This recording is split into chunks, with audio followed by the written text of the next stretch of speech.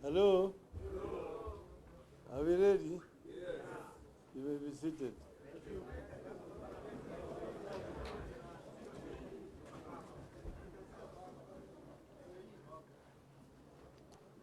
So many are ready? Yeah. Well, a statement on the second Kamkunji protest, July 12, 2023. The second Kamkunji meeting got off to an excellent start and proceeded across the country. Kenyans have come out in their numbers in eastern, northeastern, coast, Nyanza, central, western, Rift Valley, and Nairobi. As we had said, Kenyans returned in the second wave of new masses, on board in search for better life for themselves. People are determined to decide for themselves how they are going to shape their day to lives, and now that they have been abandoned by their leaders. People have come out even in the most remote parts of the country to express their displeasure with the Ruto regime. The message is out loudly and clearly that Kenyans are tired. Watu wamechoka. Kenyans are tired. People are tired of new promises on top of old promises. People are tired of being ignored. People are tired of being told what to do and when to do it.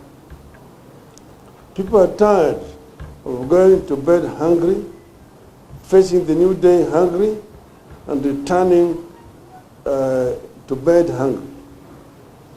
People are tired of walking from one corner of this city to another, one town to another, one office to another, trying to find a job and finding no job.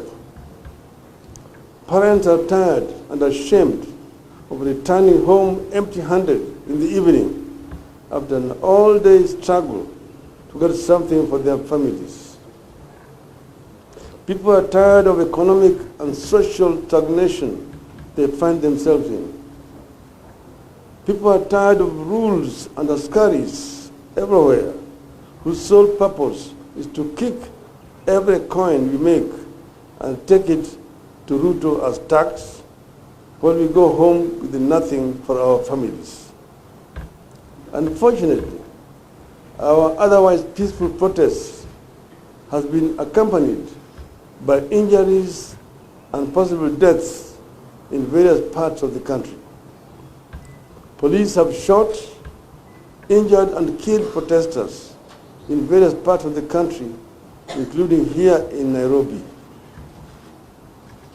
Scores of protesters have been arrested for participating in an exercise that is clearly protected by our Constitution.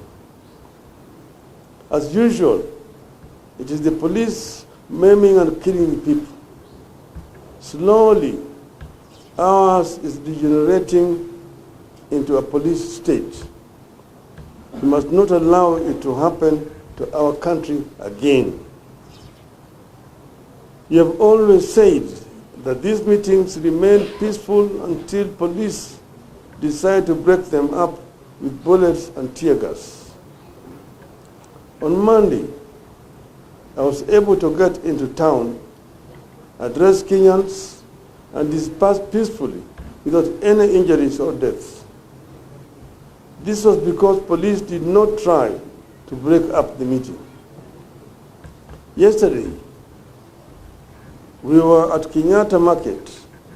We were able to have lunch and hold impromptu meeting with the people that ended peacefully because there were no police. All our engagements are peaceful until the police show up. Late last night, we received intelligence of a most heinous plan by Kenya Kwanza to ferry armed goons who had attacked peaceful attendees of our rally in Kamkunji. These goons had expressed orders to shoot directly into the crowd while enjoying police protection. Early this morning, our crew, who had been sent to set up the stage at Kamkunji, were attacked and their equipment damaged. Some were arrested. In line with the intelligence we received, armed goons have this afternoon descended on Kamkunji grounds and shot indiscriminately into the crowd. Police have used water cannons to disperse those peaceably assembled there. In order to protect our people and avert more injury and loss of lives, we have taken the strategic decision not to proceed with the rally at Kamkunji grounds this afternoon. In any case, the police have made the point. We take this opportunity to thank Kenyans for taking up our call to fight for ourselves. This struggle is not about Azimio or any party in particular. This is now about Kenyans refusing to move on until they get a good deal. We agree with them. This time around, there's no moving on until Ruto shows a readiness to listen to and respect the people. People deserve a deal, not bullets and tear gas. Kenyans clearly understand that if they let Ruto get away with his present display of disrespect, dictatorship and contempt for the people, he will try to get away with many other bad things. Kenyans understand that suffering will be the new normal if Ruto gets away with the Finance Act and the many other dictatorial political and policy decisions he's currently pursuing. So there is no moving on until Ruto comes out openly and agrees to repeal the Finance Act and embarks on other measures to lower the cost of living. There is no moving on until Ruto comes out loud and clear with the need to have a bipartisan reconstitution of IBC, reinstatement of the fired IBC commissioners, until he commits to respect and stops interfering with other political parties. The fight for multi-party and a new constitution was so painful, so deadly, and so costly that it could not have been in vain. We did not fight for a new constitution and multi-party only for Ruto to take us back to the 1980s. Kenyans will not accept it. It will be trial by fire many times, but we have been through trial by fire before. So we soldier on. As Kenyans, we have a duty to liberate ourselves as we have always done. It has never been easy. It will not be easy, but it has to be done.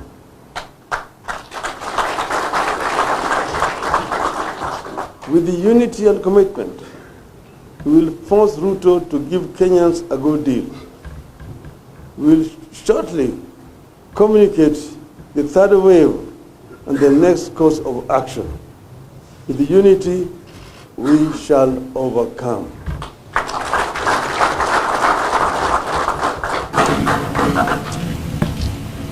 Any question?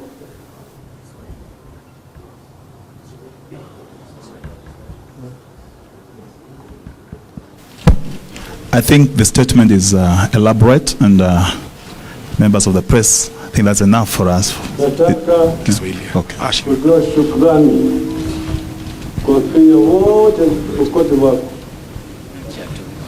kujitokeza na kuitikia wito wetu na kujitokeza kwa njia ya amani na kufanya maandamano ya amani.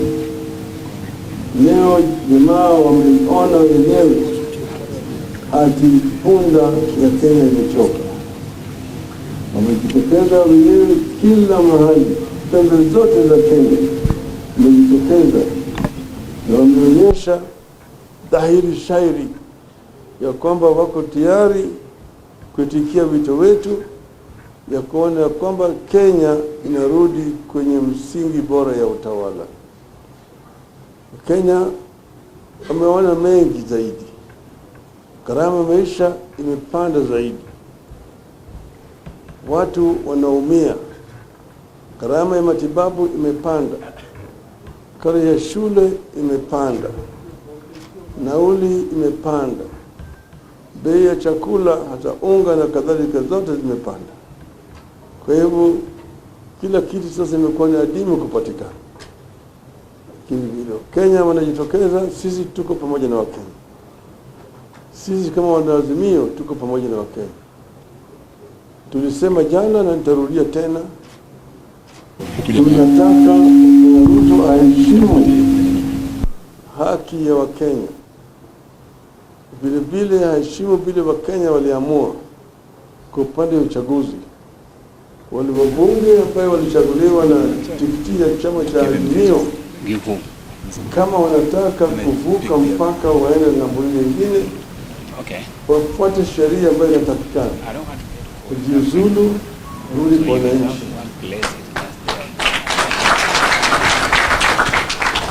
Vile tunasema waache kujaribu kunyakua vyama vya Azimio kama Jubilee Party kupitia kwa ile mahakama Karagosi ambayo ameunda Political Party Tribunal.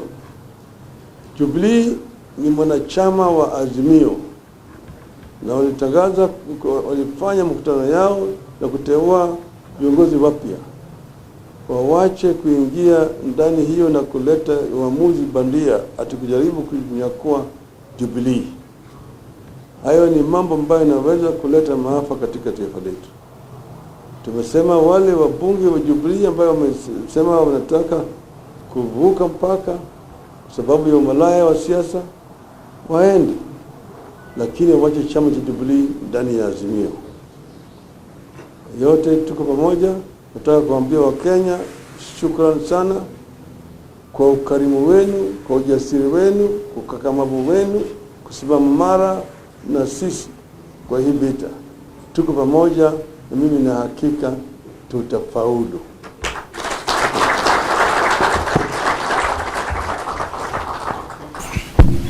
Asanteni sana. We shall give you copies of the statement shortly, and should there be any press release